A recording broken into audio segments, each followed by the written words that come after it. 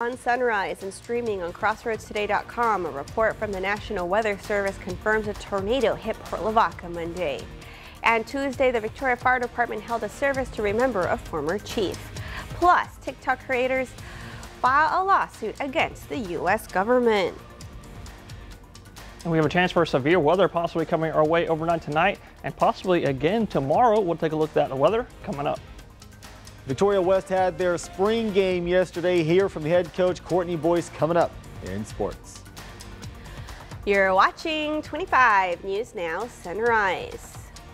Good morning and thank you for joining us. I'm Carolina Astrain. And I'm Parker Cox. And today it's the 16th day of May 2024. It is National Piercing Day. I've got my ears pierced. I don't see yours pierced. Oh yeah, I'm out. I don't do piercings.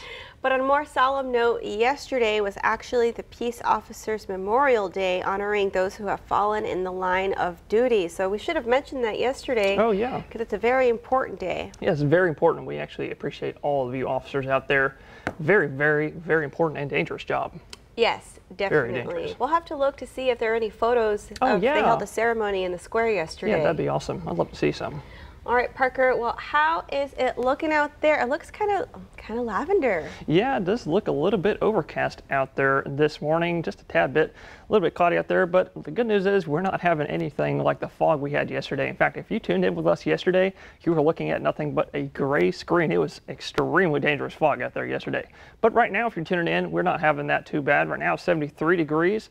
Not too bad of a morning. Actually, very lovely out there. Dew point 1 degree off that temperature. You've got a 96% humidity. So this computer says it's bringing you an 8-mile visibility, but looking at the rest of the map, it looks like that is correct, and we're not seeing too much of that fog this morning, so that's pretty good news for us today. But also out there looking at your radar, only some of us are seeing a couple isolated really light showers. It looks like Refugio and Goliad might be seeing a couple showers out there, but other than that, it's looking mostly pretty dry. Maybe a couple of showers just now starting to develop south of Edna, but we do have an alert day for today. Not this morning, it's going to be for tonight and also possibly tomorrow morning. We'll look at that in just a second, because the main risk today are going to be damaging winds and small hail, and that's really going to be mostly for the northern Crossroads counties for today. And it's going to be the southern Crossroads counties for tomorrow. But you can see what the National Weather Service has for today. They got the level 3 out of 5 risk bullseye right over central Texas, but here in South Texas, here in the Crossroads, you can see we are under that level 2 out of 5.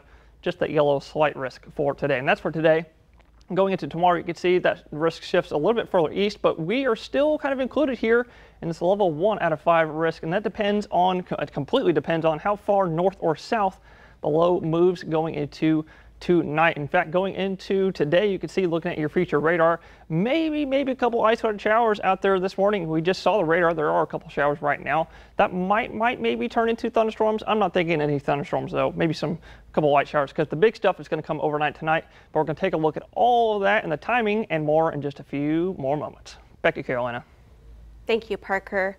Former Mayor of Victoria, Jeff Bouknight, discussed the upcoming runoff race on May 28th. Bouknight spoke with us about his priorities if he fills the District 30 seat.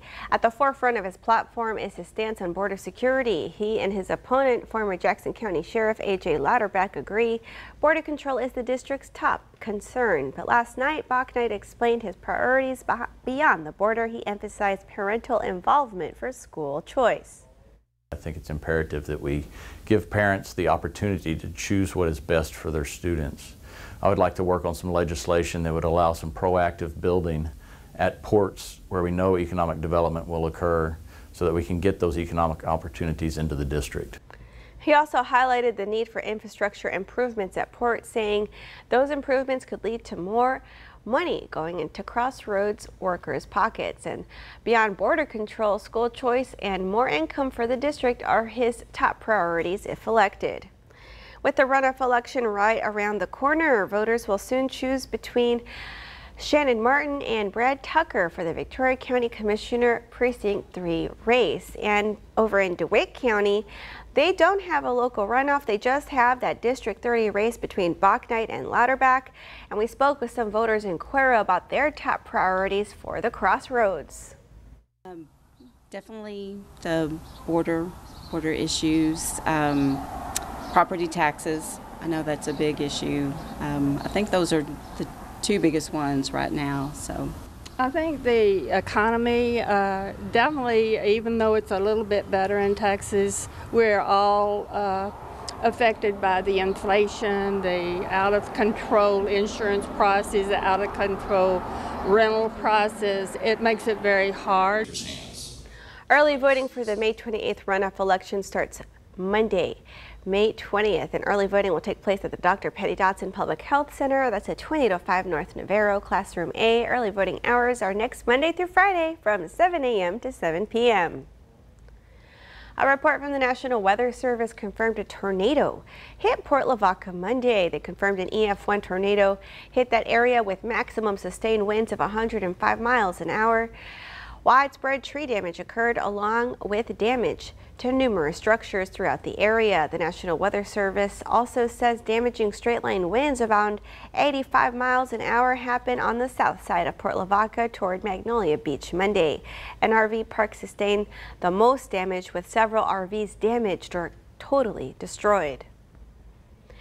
Reports of an extended power outage at a state prison brought concern to inmates' families. Families reported up to 48 hours without power inside the McConnell unit near Beeville, causing the inside temperature to reach unsafe levels. Amanda Hernandez with the Texas Department of Corrections confirmed the outage, but says the generators were activated. Other routine operations continued, like inmate visitation, recreation, and showering. Hernandez says that a partial outage on May 9th turned into a full outage on May 10th, with power fully restored the next day. Tuesday morning, the Victoria Fire Department held a service to remember a former chief. Henry Yinke recently died. He served as the Victoria Fire Chief for 16 years, from 1978 through 1994. In 1985, Chief Yinke became president of the Texas Fire Chiefs Association. In 1987, he received the U.S. Safety State of Texas Fire Chief Hall of Fame Award. President Biden has challenged Donald Trump to a pair of debates ahead of the November election. The Biden campaign's proposed debates would abandon the Commission on Presidential Debates. The organization has coordinated presidential debates for decades. Instead, the campaign proposed debates in late June and in early September, broadcasted by news organizations. Former President Trump responded to the challenge on social media, accepting Biden's proposed terms and adding, "Let's get ready to rumble." Later, we'll go to Washington for more. TikTok creators filed a lawsuit against the U.S. government. Creators want to block the recently passed law that would ban the social media app in the United States. The group believes the divestiture law violates the First Amendment. Currently, the law states ByteDance, the owner of TikTok, has 9 months to find a buyer. An attorney representing the lawsuit says that undermines the nation's founding principles and free marketplace of ideas. While critics believe the U.S.-owned app poses a national security threat, including data collection. Remember, subscribe to our YouTube channel, Crossroads Today. Hit the like button and click the notification bell. The time is now. Let's take a look at our clock. It is 6:38 on our Thursday morning. Here's a look at what's coming up on 25 News Now Sunrise. We took a look at the Life Enrichment Center that's already been open for 2 months at the Salvation Army. I'm ABC's Perry Russom in Washington. President Biden and former President Trump say they will debate. We'll tell you when and where. That story coming up. And also coming up after the break, we'll take a look at your school bus forecast, followed by your weather and health forecast. And later on Sunrise, we'll take another look at the timing of the severe weather possibly coming tonight and possibly tomorrow.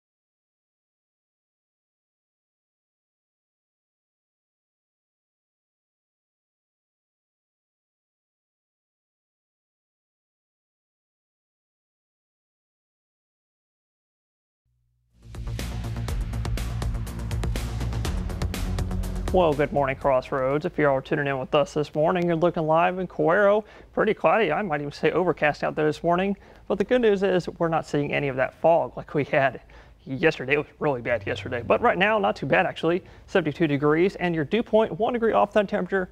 You have a 96% humidity. So just a tad bit humid out there. It is enough for fog, so you might see maybe a really thin layer of fog this morning. But if you send your kiddos out the door, it's going to be just like it is right now in the low 70s. Humid and mostly cloudy, but as they're heading back home, I'm thinking those clouds are going to decrease just a little bit, getting up to about 87 with maybe some partly cloudy skies as well. But coming our way today, grass pollen's going to be high because it's going to be a bit breezy, and the UV index is going to be high late in the afternoon when the sun comes out today. But coming our way next week and this weekend, we still got plenty more warm weather to go, but we have an alert day for today and a possible alert day for tomorrow. We're going to take a look at the timing of all that and more in just a few more moments. And that's it for weather. Now we're going to look at sports with Zach Brown. Well, if your baseball and softball season are over, that means it's time for your football season. Teams have been putting in work during spring ball for weeks now as they get ready for next season. Yesterday, Victoria West had their spring game. The Warriors, like a lot of teams, graduated a lot of talent. Games like this help you find out who the next man up is going to be. The Warriors divided their guys up into two separate squads, black jerseys and white jerseys, but made sure to put an emphasis on still being one team, and you could tell the chemistry with these guys are there. They were all happy for one another, and head coach Courtney Boyce likes what he sees. The intensity they came out with to play the game, you know, really just throughout the entire spring, how much these guys love on each other, they love one another. You know, you could see it in the handshake afterwards. You know, they just have fun with each other, and it's exciting to see that when you got a team that's really coming together and gelling. Speaking of gelling, this video is an example of the camaraderie. Jay Perez was punting, and every time a punt was caught, it was worth 2 points, and the big man able to come up with it. Lots of fun out there with Victoria West last night. Victoria East is today, and of course they do have a quarterback controversy, but head coach Courtney Boyce likes all 5 of his quarterbacks out there, so it'll be interesting to see who he decides to name later on. With your 25 Sports Now, I'm Zach Brown. Thank you, Zach. All right, we want to invite y'all to experience our digital streaming service, Crossroads Today Plus. You can find it on your connected TV through Amazon Fire TV, Roku, Apple TV, and Android TV. Just search for Crossroads Today Plus. President Biden and former President Trump have agreed to 2 debates. The first is a little more than a month away, the earliest ever for a general election. The presidential debates are set. The first weeks away on June 27th on CNN, and the second less than 2 months before Election Day on September 10th, hosted by ABC News, moderated by David Muir and Lindsay Davis. After Trump pushed to debate for months, I'm trying to get him to debate. Biden with a challenge in this campaign video. Well, make my day, pal. I'll even do it twice. Trump responding, just tell me when, I'll be there. Let's get ready to rumble. The first debate will be before either man is named the official nominee of their parties, the earliest in U.S. history. Early voting is now so prevalent, almost half the country is voting before Election Day. And there were concerns that the debates, if they're backloaded in October, are missing tens of millions of Americans who might be making up their mind. Some of the latest polling shows Biden even or trailing Trump, but it's still very early. Why debate in June? Why did you debate in June? Are you worried about your position in the polls? Biden shaking his head no when asked by ABC's Karen Travers. Today, as Biden meets with plaintiffs from the landmark Brown v. Board of Education decision, Trump is in court for his criminal hush money trial. Trump now asking New York's highest court to get rid of his limited gag order, stopping him from verbally attacking witnesses. It's an apparent thorn for Trump, as he frequently brings it up. As you know, I'm under a gag order, so I can't really answer those very simple questions that you're asking. Back to the debates. Both will be one-on-one, no live audience, just Biden, Trump, and the moderators, similar to how it all started back in the 60s. Perry Russum, ABC News, Washington. And that leads us to your viewer poll. You can scan the QR code right there on your screen to take part. We ask you, do you plan on watching the presidential debates? Okay, let's take a look. 57% of you say yes, you do, and 43% of you say no. Maybe you're burnt out on the election. We want to keep hearing from you. Come to crossroadstoday.com/vote to take part in our viewer poll. The Salvation Army of Victoria Life Enrichment Center is now 2 months old and it's already busy helping people. 43 clients attended educational classes last month on cooking and budgeting, and a class on stress and wellness drew a crowd of 27 clients. The center's free medical center at 1306 North Lewis Street will be open Wednesday morning for sick visits, medication assistance, and nutritional guidance. The center also has helped place 7 clients in apartments in the last month.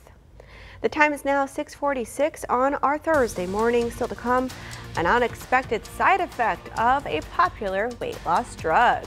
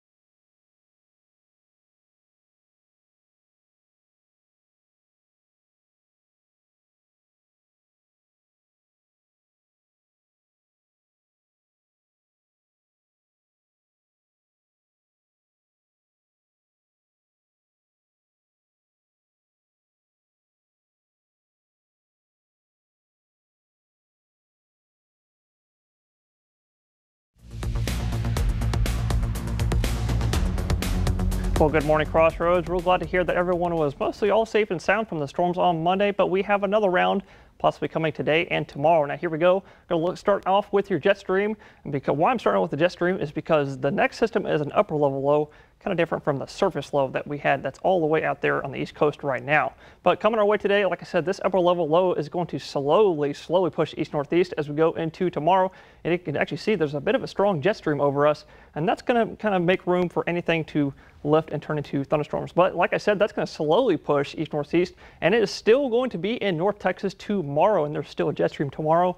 So that's why I'm thinking maybe still a chance for storms tomorrow as well. But looking at your state view here, you can see that low that's going to slowly start spinning northeast as it goes into Texas. And you can see there's a big cluster of thunderstorms that's going to develop in central Texas. That's why they have that bullseye over central Texas for today. But once that boundary, it's actually going to be a boundary that's going to shift south, and that's where the thunderstorms are going to develop right in front of it. And it's actually going to develop right along a triple point. That's right where the warm front, the cold front, and the dry line meet, where there's a lot of lift. But that's going to move all the way down south, and by tomorrow morning, there could be another set of thunderstorms depending on how far north or south the low moves. In fact, you could actually see this boundary just barely coming through. That's why I'm thinking maybe chance for tomorrow as well, because there's still going to be a lift in the area and plenty of energy as well. But for today, like I've said, maybe a couple showers in the morning, maybe light thunderstorms as well. But going into tonight, that's going to be the main risk for your severe weather, and also maybe again tomorrow morning as well. But even the National Weather Service has, like I said, that bullseye over Central Texas, and tomorrow as well, it's all the way down here as well. But the main risk, like I said, is going to be small hail and damaging winds, but we'll take a look at all that more though in just a few more moments. Back to Carolina. Thank you, Parker. An unexpected effect of weight loss drug Ozempic, a lessened desire to drink alcohol. It's a feeling described by thousands of people taking medicines, which are in a class known as GLP-1 receptor agonist. And now Ozempic's maker Novo Nordisk said it intends to study the phenomenon, although cutting drinking isn't the study's main goal. The company plans to start assessing the effects of semaglutide, the active ingredient in Ozempic and other medicines, on alcohol consumption in a newly announced clinical trial on alcohol-related liver disease. The trial aims to enroll about 240 participants and is slated to begin May 20th. Women have a new way to check for cervical cancer. The traditional pelvic exam, which uses a speculum, which some women find uncomfortable. But now the FDA says self-collected samples can now be screened at a doctor's office or an urgent care facility. Healthcare companies Roche and Becton Dixon & Company made this announcement Wednesday. The majority of cervical cancers develop from HPV, and regular screenings can help identify risk for women. Cervical cancer kills roughly 4,000 women every year in the U.S. Still to come on Sunrise, news to know before you go. New data released shows southwest border encounters have dropped.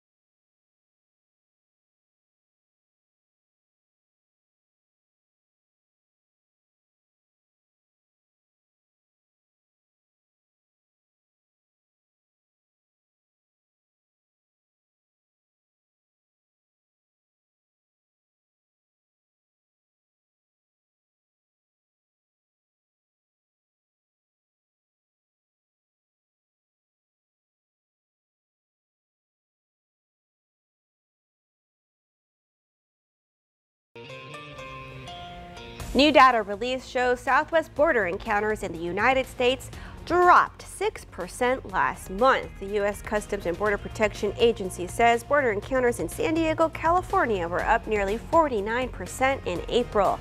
New data says overall border encounters last month were down almost 30% compared to April of 2023. A CBP official said in a statement the agency continues to surge resources and personnel to impacted areas along the border to ensure the safe, swift, and orderly processing of individuals to maximize expedited removals. New York City Mayor Eric Adams has made it known that he really hates rats. And now the city's first director of rodent mitigation, or rat czar, Kathleen Karate, is planning the city's first summit on how to deal with rodents in September. A press release from City Hall said experts from across the country will join together to advance the science of urban rat management. The Department of Sanitation reported earlier this month New York City has made strides in rodent mitigation since Karate was hired last year. City data shows rat sightings reported were down across the city in the 12 of the last 13 months, and rat sightings are down 14% in rat mitigation zones. Authorities converged on the University of California Irvine campus on Wednesday to disperse pro-Palestinian protesters. Officers from 10 nearby law enforcement agencies arrived on campus after university officials requested help. Protesters had occupied a lecture hall, leading the school to declare it a violent protest. Police in riot gear formed a barricade while an officer on a loudspeaker warned the crowd that they had formed an unlawful assembly and risked arrest if they remained. Officials eventually took back the lecture hall from pro-Palestinian protesters, then cleared a student encampment. A floating pier built by U.S. troops will soon allow the delivery of humanitarian aid into Gaza. U.S. Central Command says the pier traveled from Wednesday from the port of Ashdod about 30 miles away, and personnel anchored the floating pier to a beach in Gaza. The pier is not intended to replace land routes into Gaza, and there would be no U.S. military boots on the ground in Gaza. Trucks are expected to begin moving the humanitarian aid ashore in the coming days. The United Nations and World Food Program will distribute it. Russian President Vladimir Putin arrived in China for talks with counterpart Xi Jinping. The two-day trip is Putin's first time abroad since starting his new term as president earlier this month. The trip is intended to deepen strategic ties with President Xi. China and Russia declared a no-limits partnership in 2022 when Putin visited Beijing just days before he sent tens of thousands of troops into Ukraine, triggering the deadliest land war in Europe since World War II. In a recent interview, Putin praised President Xi for helping to build a strategic partnership with Russia based on national interest and a deep mutual trust. Anti-abortion legal crusader Jonathan Mitchell is using a quirk of Texas law to try to get information about women traveling out of state for abortions. He's filed at least 9 petitions, but none have resulted in depositions. Read this story by the Texas Tribune. I just posted it on our website, crossroadstoday.com. And we want to invite you to experience our digital streaming service, Crossroads Today Plus. You can find it on your connected TV. Just search for Crossroads Today Plus. Now let's get a look at our cloudy sunrise with First Warn Storm team meteorologist Parker Cox. Parker. That's right, Carolina. Look how cloudy it is out there this morning. You're looking live here in Port Lavaca. We got plenty, nice, warm, and another humid morning out there. Very warm along the coast, and 80 degrees down there, but a little bit humid out there with your dew point 4 degrees off. Got an 88% humidity out there. So I'm not expecting any kinds of fog out there, maybe a really thin layer, but the cloud cover definitely is holding up. In fact, you can see here, we've got a solid layer of probably cirrus, maybe even lots of cumulus as well, but you can also see it on this camera as well. Those clouds, I'm thinking, will decrease just a little bit as we go into the late afternoon, maybe some partly cloudy skies, and that's going to get us up to about 87 degrees for your high temperature today, but maybe a couple isolated showers out there in the morning. In fact, looking at the radar, there are a couple isolated ones out there, but we do have an alert day for the storms tonight and possibly again tomorrow morning. All right, thank you, Parker, for keeping us updated. Of course. And thank y'all for joining us. Have a wonderful Thursday. Remember, subscribe to our YouTube channel, Crossroads Today, and join us at 25 News Now at 5, 6, and 10.